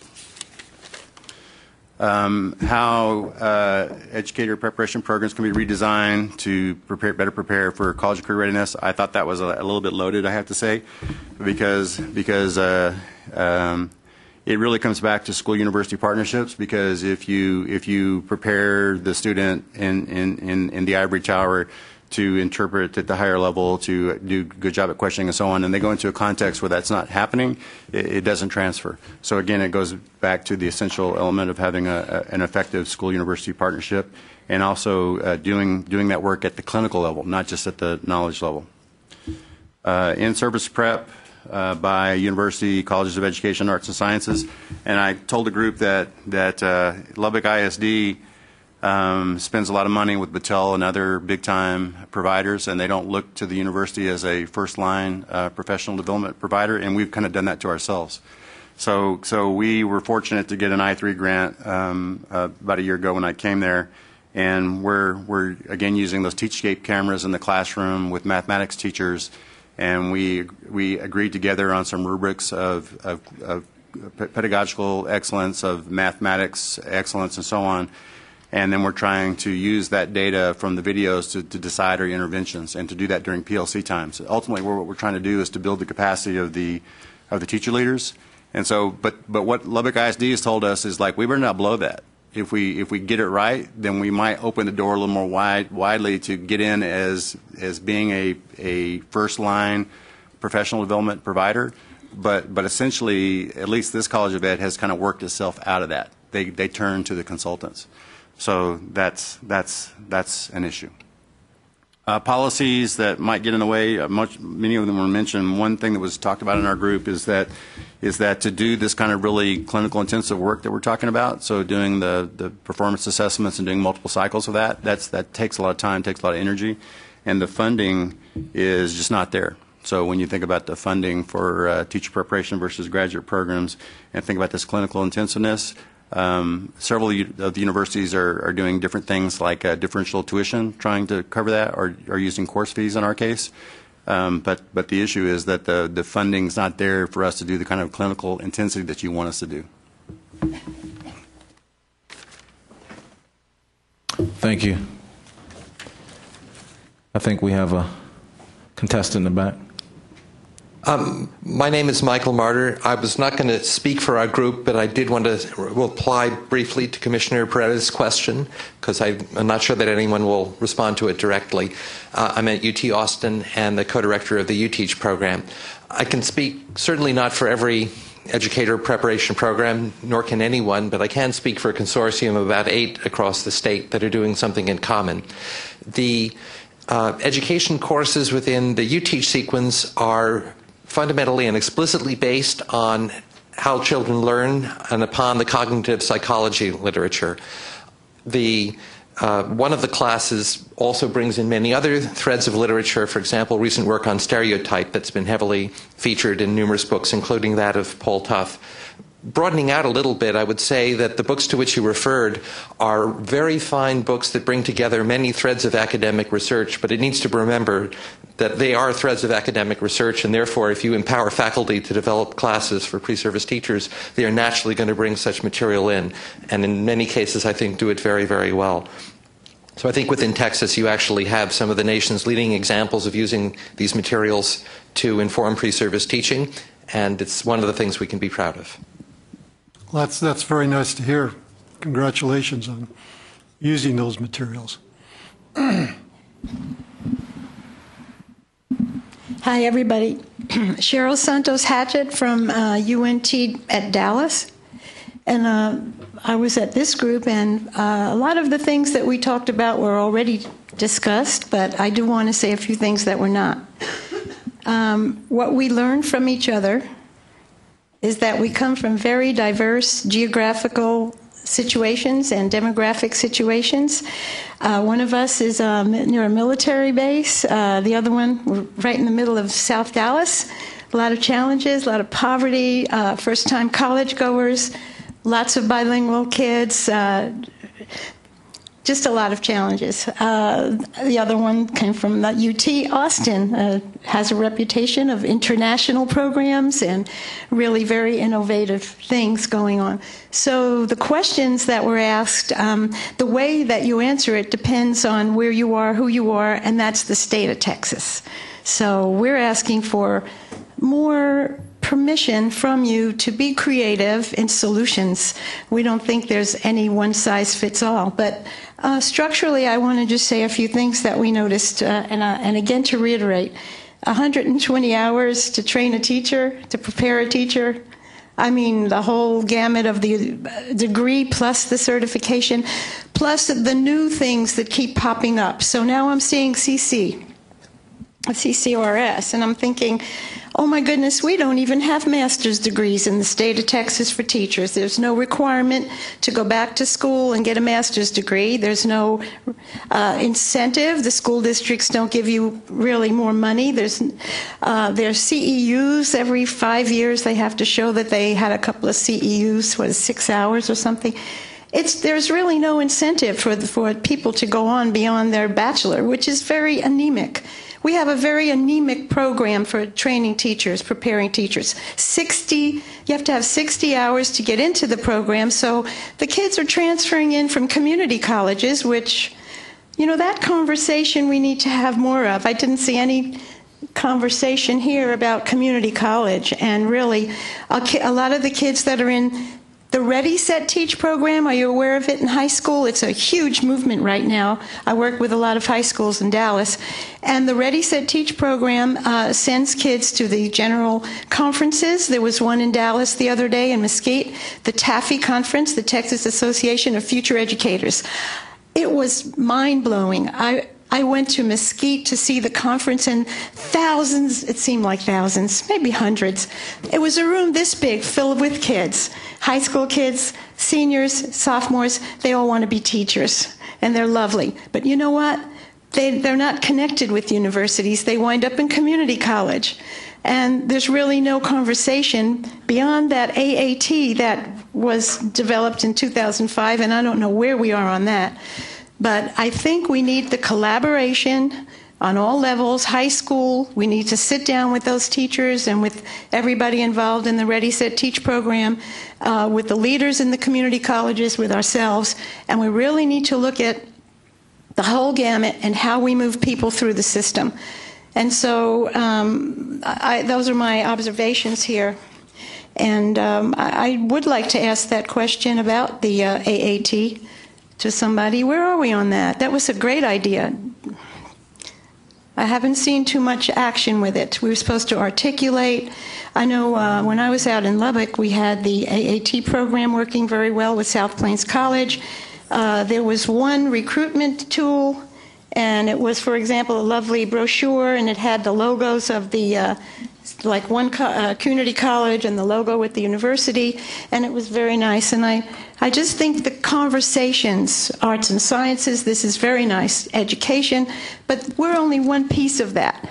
And the other thing that came out, I really liked what my colleague had to say, from Baylor about the need for those conversations with school districts. I'll give you a brief example and I'll sit down. Dallas Independent School District has a new superintendent, Mr. Mike Miles.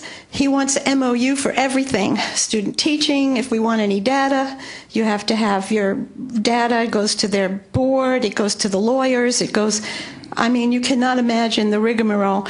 I don't think they did one yet. The SMU was their first one that they're working on now.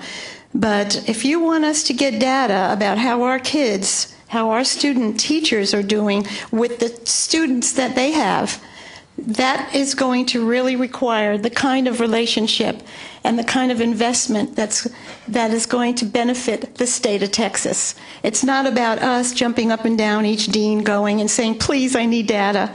It's about the whole system, systemic look at who comes in, who goes out, and what we do in between, and talking to each other. Thank you. Next. Thank you. I have a mic. I'll just add on to what Dr. Santos Hatchett had to say with regard to the idea of really establishing a foundation of credibility with graduate degrees, perhaps, and revisiting that issue. One of the ideas that came out of our group, and we represented all parts of the state. We had UT through the UTeach program. We had Prairie View. We had UT Dallas, and then I'm from Texarkana. But one of the ideas was to create a teacher-leader focus in our master's degrees, and maybe a blend of the curriculum and instruction and the ed-admin, so that individuals might come out that could genuinely be teacher leaders that could help mentor students that are in the pipeline, the new teachers.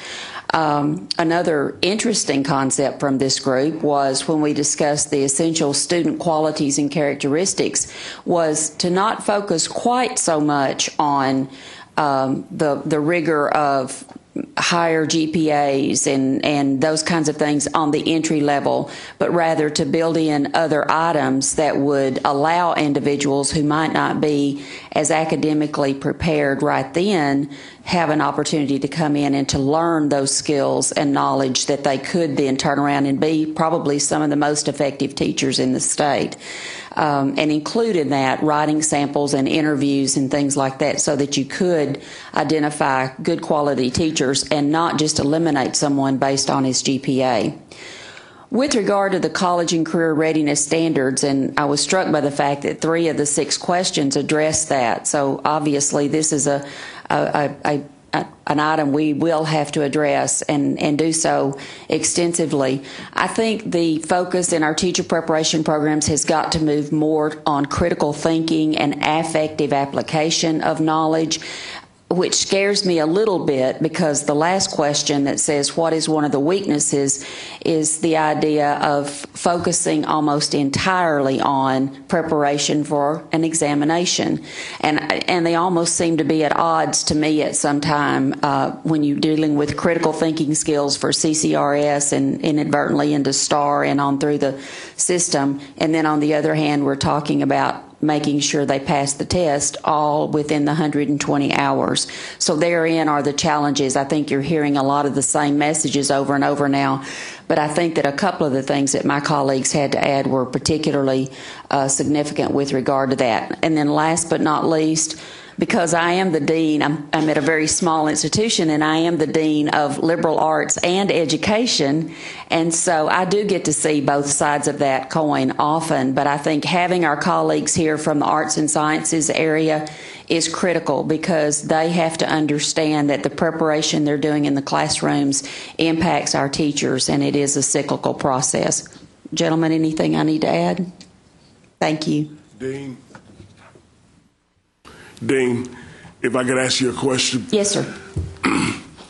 If we have been successful, and obviously we're only in the second year of STAR, we're 15 years, some odd years of this entire TOS STAR process, but we're in the only second year of this newest iteration.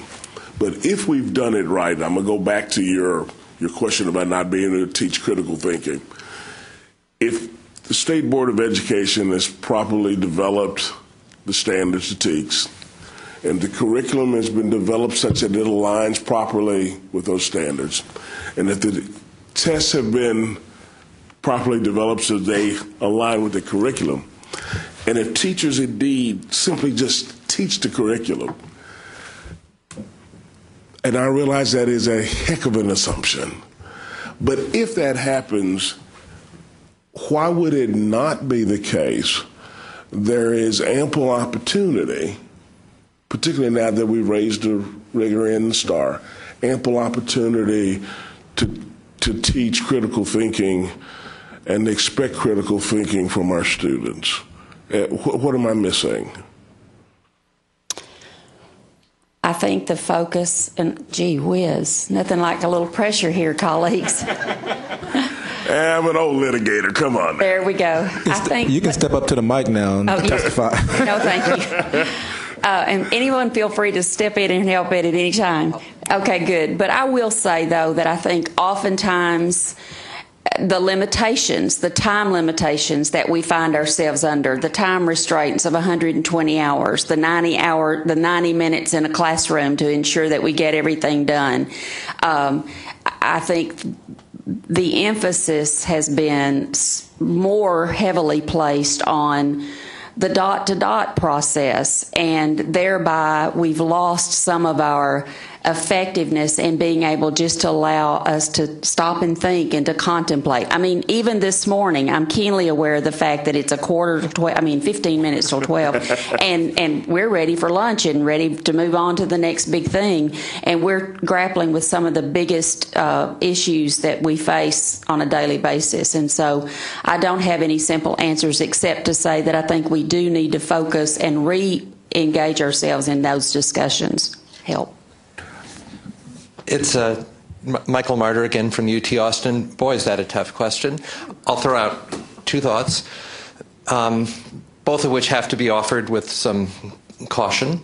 One is that as difficult as STAR may be, and as small the number of students currently passing, and as little as we may know about it, my suspicion is that it, like most of the other tests, is in some ways a rather low bar, that it does not represent world-class standards. And if the whole focus of schooling becomes meeting that bar, it wasn't high enough. The second concern is that there's some types of skills just not measured in that format. For example, if one goal is for students to be able to speak articulately, to work well in groups, and to perform beneficial social functions in that context, I do not believe there is a multiple choice test that will capture that. It just has to be captured in other ways. And this is not to say that the multiple choice tests are without value and do not inform us about the things that students are learning. I do have to add one more thing. Teachers will figure out how to teach to that with that exam, and we will rise to the challenge. I remain consummately optimistic about that. Let me respond to a point that several of you have made, and I will be deliberately provocative as a way of trying to encourage you to think somewhat differently about these issues. During my campus days, I had the title of Vice Chancellor for Academic Development, and my job primarily was to strengthen academic programs, redesign academic programs in a way that would retain the rigor and the status, the ranking, frankly, of both undergraduate and graduate programs at UCLA. And the issue that would come up time and time again was the number of hours required for a degree. Now, UCLA is on a quarter system, so a typical bachelor's degree required 180 units, as we call them in California. And I was constantly dealing with requests to add more courses to the curriculum. And I can tell you that there were very few instances where the curriculum couldn't be redesigned to accommodate new coursework, new approaches, within a framework of 180 units. Adding new courses, of course, increases the cost to the state at a time when it's not likely that we're going to get significantly more resources for higher education.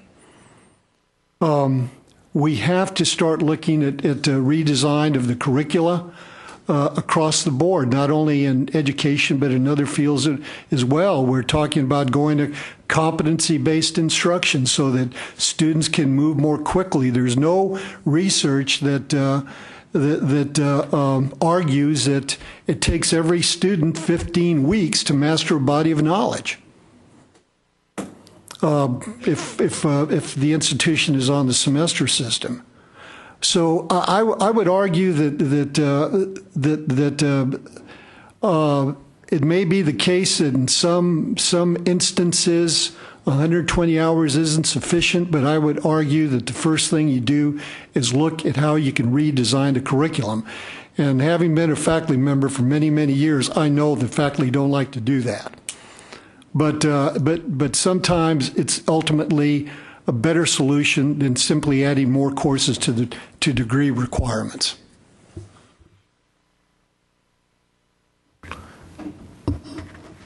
Have to turn it on.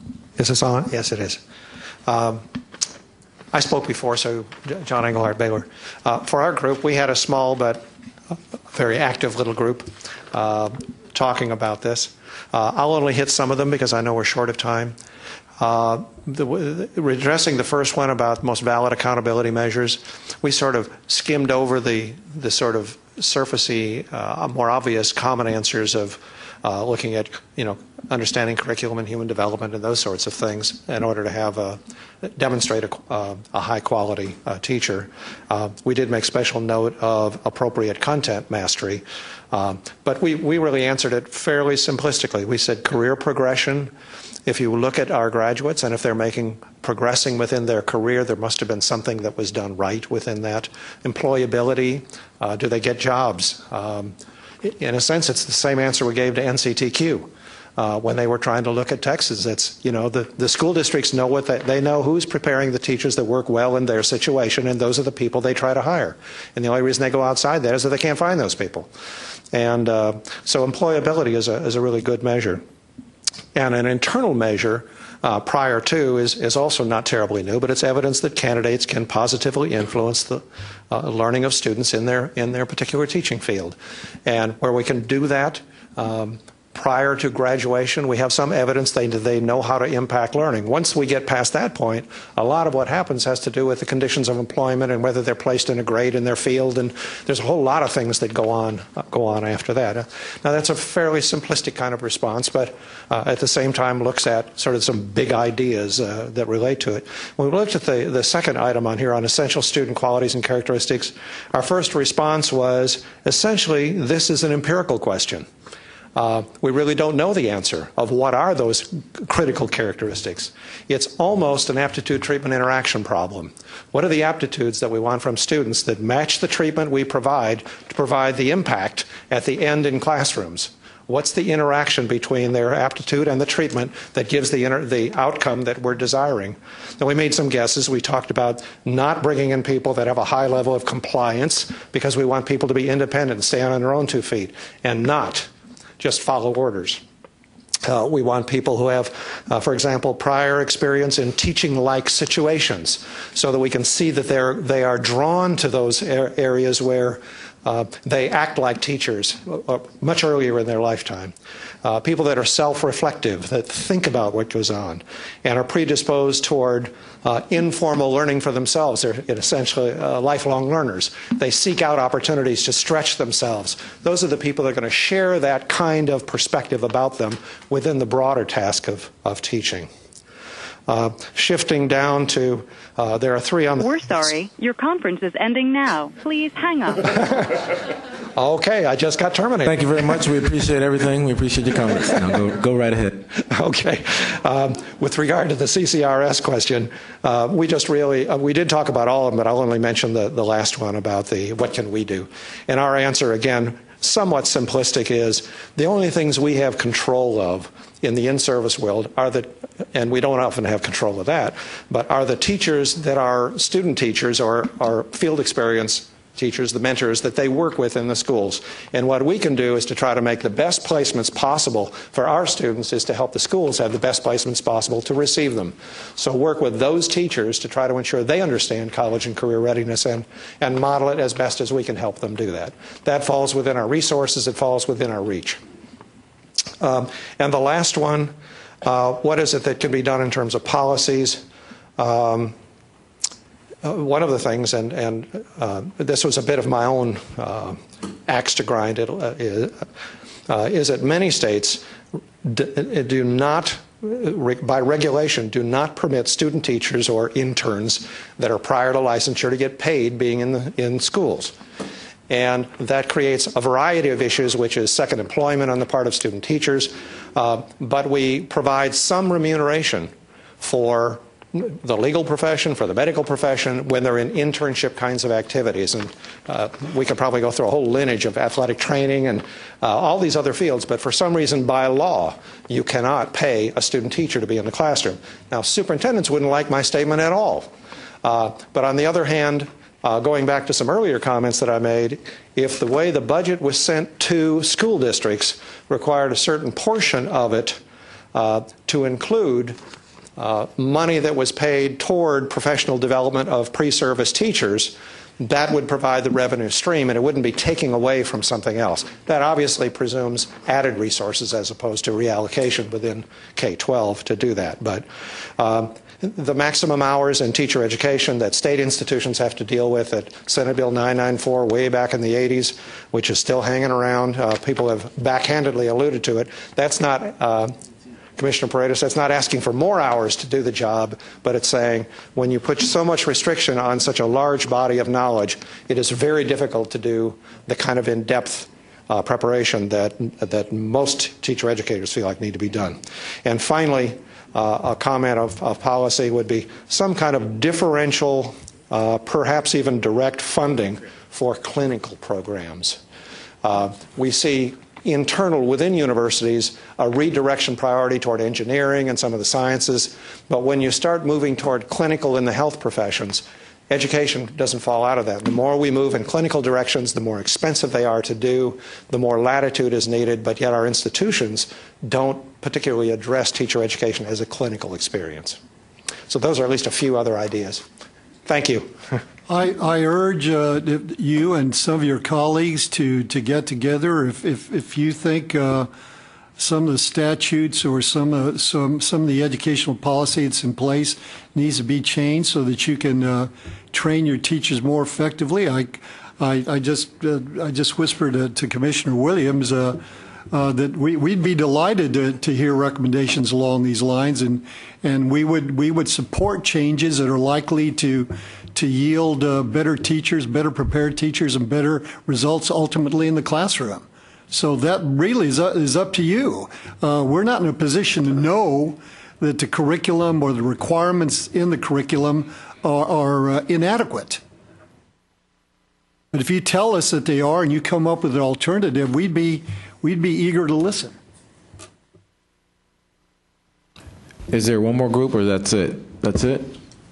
Can I make an observation? I realize I'm here as a guest of the commissioners, especially the last point. My observation would be there's been an incredible amount of good work done at the policy level of syncing up. You know, we had, during the 15 years that you talked about, we had a disconnect between the passing level of the TAS and the TOCS and the college readiness level. You know, so we had a fundamental system disconnect where students that were passing the TOCS, graduating high school, were entering higher education, you know, not prepared. You know, with these efforts to line up the college and career ready standards, in theory, that will be fixed. You know, my reflection hearing the deans today is we really have two separate systems of teacher induction and teacher training and the HR pipeline at school districts and at colleges of education. And a voluntary request to either side is unlikely to result in any significant change. You know, so I think there's either, a policy lever, the idea about an incentive or a disincentive around funding, that works pretty well in dual credit. Not perfect, but it syncs it up.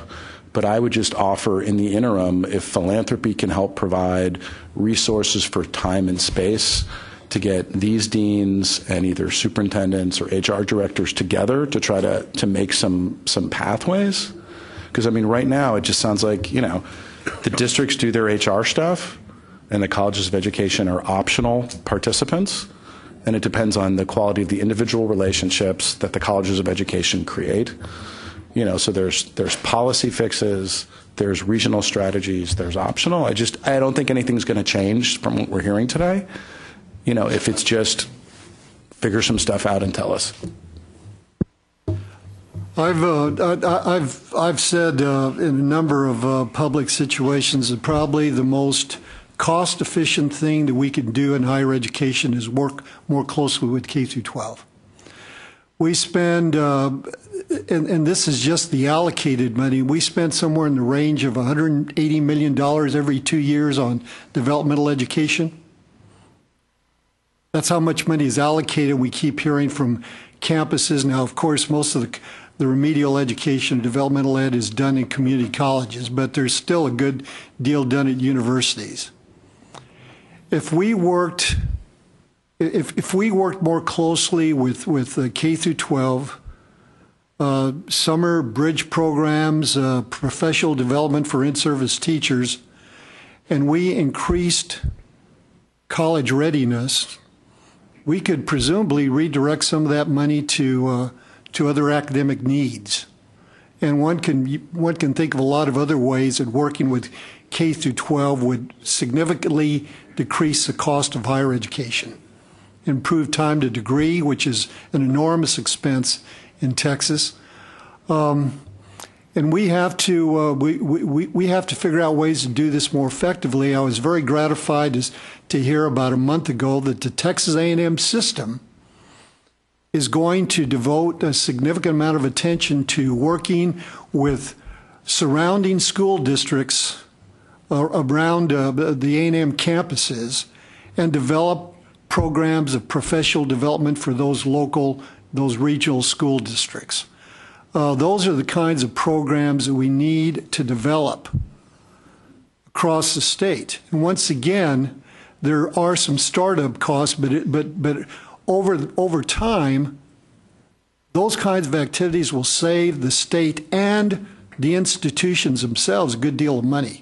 We need to start moving in that direction, and we can't take the position that we just need more resources to do all these things, because the level of resources that people expect or think they need to mount these programs are more than likely not going to be forthcoming.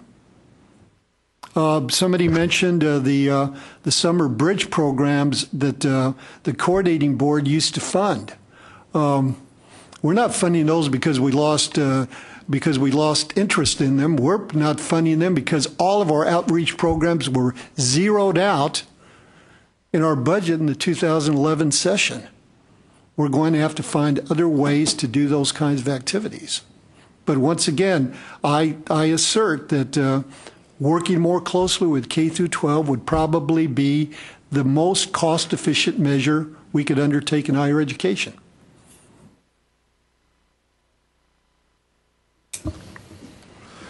All right. Commissioner Williams, anything you want to close with? Okay. I appreciate everyone's work on some of these items that we had. What I'm hoping to get is a group of you all, 5 to 10, small working group to kind of develop some of these, like Commissioner Paredes has said, so we can actually have some recommendations. I think every one of the groups talked about the cap. Every one of the groups talked about collaboration and the infrastructure, kind of like what the gentleman, Dean from Baylor spoke about, having that sort of collaboration with the school districts. I also heard about the in-service. We talked about the professional development and the Teachscape, kind of having the video, and one thing that kind of triggered and reminded me that higher ed has always been the point of innovation. It has always come from higher ed. And now we have one-offs and consultants and everyone kind of developing things that higher ed has always done as far as innovation, and we need to get back to that. And like Dr. Paredes said, we're not going to get the funding. So we have to figure out how to redesign ourselves, come up with that innovation, and then share it, because it's always come from higher ed, and it's going to come from you all in this room. So what we'll do, because the mind can only take what the stomach can take, we will break for lunch. We will ask for you all to grab lunch. It's in that back room, and bring it back into this room. But more importantly, I'm looking for a group of people. I'm not going to put you on the spot and ask you to look around and point fingers for each other, but please catch me, give me your card. We're looking for a few of you, maybe one from each group if you choose, to work on these over the next couple of months to kind of say, this is what the recommendation, this is where we need to be going to help do some of the things we talked about. Please don't make us pick you. Please, we want it to come from you all. The commissioners felt this would be a great way to come up with some of the ideas that we can actually support together, and hopefully a few of you all will give me your names. That said, I wanted to thank Judy and Mary for putting things together. This is not easy. For the people who have called in, thank you for joining us, even though you got cut off in the middle.